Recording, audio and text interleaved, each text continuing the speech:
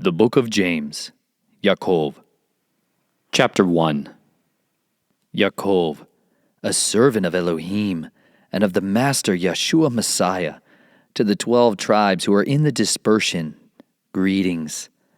My brothers, count it all joy when you fall into various trials, knowing that the proving of your belief works endurance. And let endurance have a perfect work, so that you be perfect and complete, lacking in naught. If any of you lacks wisdom, let him ask of Elohim, who gives to all generously and without reproach, and it shall be given to him.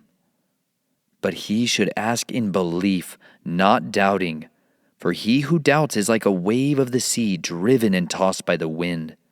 For that man should not think that he shall receive whatever from the Master. He is a double-minded man, unstable in all his ways. And let the lowly brother boast in his exaltation, but the rich in his humiliation, because as a flower of the field he shall pass away. For the sun rose with burning heat, and withered the grass, and its flower fell, and its pretty appearance perished. So also the rich man shall fade away in his ways. Blessed is the man who does endure trial, for when he has been proved, he shall receive the crown of life, which the Master has promised to those who love him. Let no one say when he is enticed, I am enticed by Elohim. For Elohim is not enticed by evil matters, and he entices no one. But each one is enticed when he is drawn away by his own desires and trapped. Then when desire has conceived, it gives birth to sin, and sin, when it has been accomplished, brings forth death. Do not go astray, my beloved brothers. Every good gift and perfect gift is from above, coming down from the Father of lights, with whom there is no change nor shadow of turning. Having purposed it, he brought us forth by the word of truth, for us to be a kind of first fruits of his creatures. So then, my beloved brothers, let every man be swift to hear, slow to speak, slow to wrath, for the wrath of man does not work the righteousness of Elohim. Therefore, put away all filthiness and overflow of evil, and receive with meekness the implanted word, which is able to save your lives. And become doers of the word, and not hearers only, deceiving yourselves. Because if anyone is a hearer of the word and not a doer, he is like a man who looks at his natural face in a mirror, for he looks at himself and goes away, and immediately forgets what he was like. But he that looked into the perfect Torah, that of freedom, and continues in it, not becoming a hearer that forgets, but a doer of work, this one shall be blessed in his doing of the Torah. If anyone among you thinks he is religious and does not bridle his tongue, but deceives his own heart, this one's religion is worthless. Clean and undefiled religion before the Elohim and Father is this, to visit orphans and widows in their affliction, and to keep oneself unstained from the world. Chapter 2. My brothers, do not hold the belief of our Master Yeshua Messiah, the Master of esteem, with partiality. For if there should come into your meeting place a man with gold rings and a splendid robe, and there should also come in a poor one dressed in rags, and you pay attention to the one wearing the splendid robe, and say to him, You sit here in a good place, and say to the poor one, You stand there, or sit here by my feet. Have you not discriminated among yourselves, and become judges with wicked thoughts? Listen, my beloved brothers, has Elohim not chosen the poor of this world, rich in belief, and heirs of the reign which he promised to those who love him? But you have shown disrespect towards the poor man. Do not the rich oppress you and drag you into the courts? Do they not blaspheme that good name by which you are called? If you truly accomplish this sovereign law according to the Scripture, you shall love your neighbor as yourself. You do well. But if you show partiality, you commit sin, being found guilty by the Torah as transgressors. For whoever shall guard all the Torah and yet stumble in one point, he is guilty of all. For he who said, "Do not commit adultery," also said, "Do not murder." Now if you do not commit adultery, but you do murder, you have become a transgressor of Torah. So speak and so do as those who are to be judged by a Torah of freedom. For the judgment is without compassion to the one who has shown no compassion, and compassion boasts over judgment. My brothers, what use is it for anyone to say he has belief but does not have works? This belief is unable to save him. And if a brother or sister is naked and in need of daily food, but one of you says to them, "Go in peace, be warmed and be filled," but you do not give them the bodily needs, what use is it? So also belief, if it does not have works, is in itself dead. But someone might say, "You have belief and I have works. Show me your belief without your works, and I shall show you my belief by my works. You believe that Elohim is one. You do well. The demons also believe and shudder. But do you wish to know, O foolish man, that the belief without the works is dead?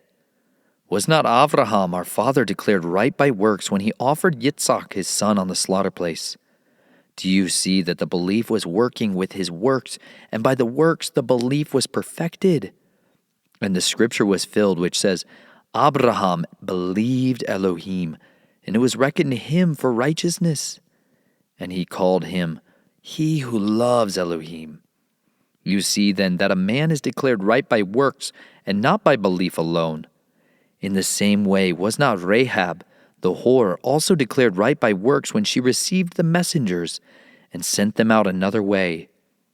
For as the body without the spirit is dead, so also the belief is dead without the works. Chapter 3. Not many of you should become teachers, my brothers, knowing that we shall receive greater judgment. For we all stumble in many matters.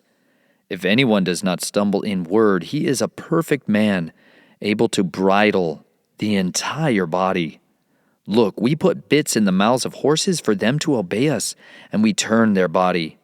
Look at the ships too. Although they are so big and are driven by strong winds, they are turned by a very small rudder wherever the pilot intends.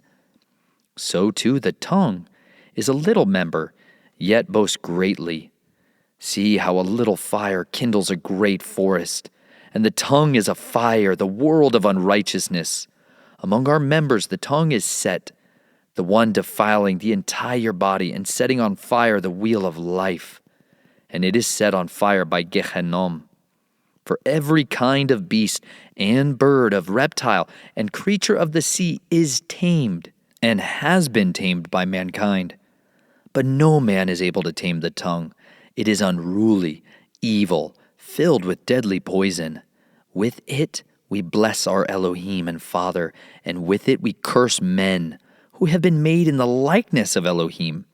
Out of the same mouth proceed blessing and cursing. My brothers, this should not be so.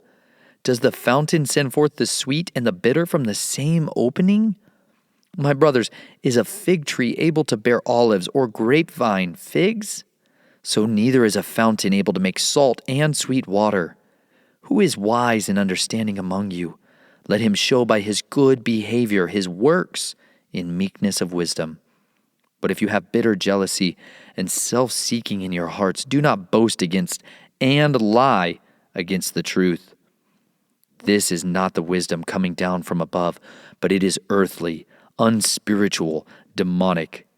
For where jealousy and self-seeking are, there is confusion in every foul deed. But the wisdom from above is first clean, then peaceable, gentle, ready to obey, filled with compassion and good fruits, without partiality and without hypocrisy. And the fruit of righteousness is sown in peace by those who make peace. Chapter 4.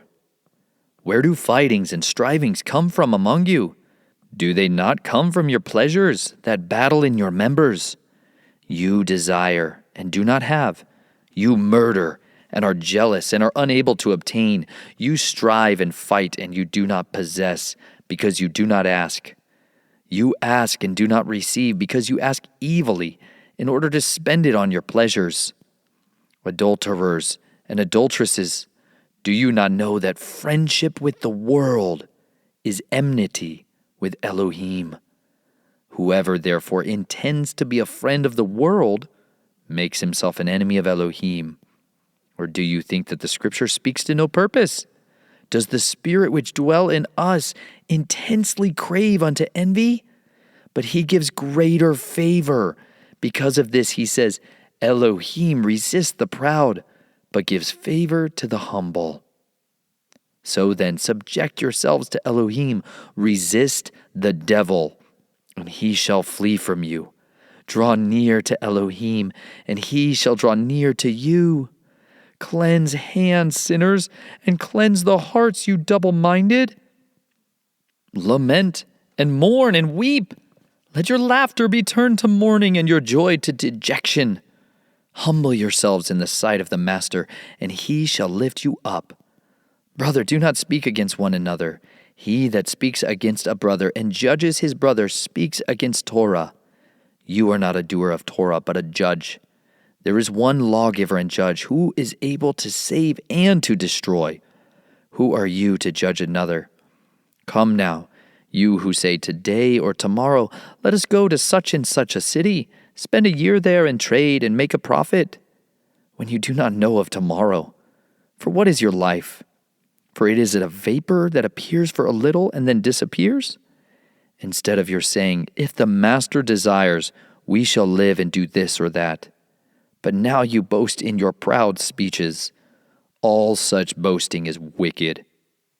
To him then who knows to do good and does not do it, to him it is sin. Chapter 5. Come now, rich ones, weep, crying aloud over the hardships coming upon you. Your riches have rotted, and your garments have become moth-eaten. Your gold and silver have become rusty, and their rust shall be a witness against you, and shall eat up your flesh like fire. You have laid up treasure in the last days. See, the wages of the workmen who mowed your fields, which you kept back, cry out. And the cries of the reapers have reached the ears of Yahuah of hosts. You have lived on the earth in pleasure and luxury. You have fattened your hearts as in a day of slaughter. You have condemned. You have murdered the righteous. He does not resist you. So, brothers, be patient until the coming of the Master. See, the farmer waits for the precious fruit of the earth, waiting patiently for it until it receives the early and latter rain. You too be patient. Establish your hearts, for the coming of the Master has drawn near. Do not grumble against each other, brothers, lest you be judged. See, the judge is standing at the door. My brothers, as an example of suffering and patience, take the prophets who spoke in the name of Yahuah. See, we call those blessed who endure. You have heard of the endurance of Job, and saw the purpose of Yahuah, that he is very sympathetic and compassionate. But above all, my brothers, do not swear, either by the heaven, or by the earth, or with any oath, but let your yes be yes and your no, no, lest you fall into judgment. Is any of you suffering evil? Let him pray. Is anyone in good spirits? Let him sing psalms. Is anyone among you sick? Let him call for the elders of the assembly and let them pray over him, having anointed him with oil in the name of the Master. And the prayer of the belief shall save the sick, and the Master shall raise him up. And if he has committed sins, he shall be forgiven. Confess your trespasses to one another, and pray for one another, so that you are healed. The earnest prayer of a righteous one accomplishes much. Eliyahu was a man with feelings like us, and he prayed earnestly that it would not rain. And it did not rain on the land for 3 years and 6 months. And he prayed again, and the heaven gave rain, and the land brought forth its fruit. Brothers, If anyone among you goes astray from the truth, and someone turns him back, let him know that he who turns a sinner from the straying of his way shall save a life from death and cover a great number of sins.